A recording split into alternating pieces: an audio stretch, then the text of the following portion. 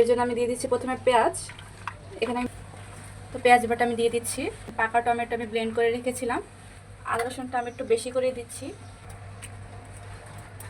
এখানে আমি চীনাবাদাম বেটে রেখেছিলাম, চীনাবাদাম দিয়ে দিচ্ছি। জিরা, জয়ত্রী আর জয়ফল বাটা আমি দিয়ে, জিরা বাটা, এখন আমি হলুদ, গুঁড়া মরিচ,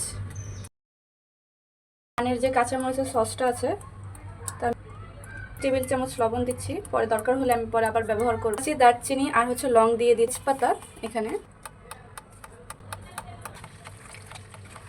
দিতে ভুলে গিয়েছিলাম।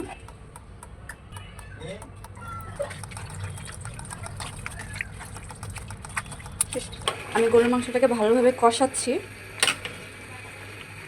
তো এর মধ্যে আমি রসুন দিয়ে দিয়েছি। আমি এর মধ্যে গরম পানি দিব। গরম পানি দিলে মাংসটা নরম হবে, শক্ত হবে না। আর মাংস এখানে বেশ কষানো হয়ে গেছে।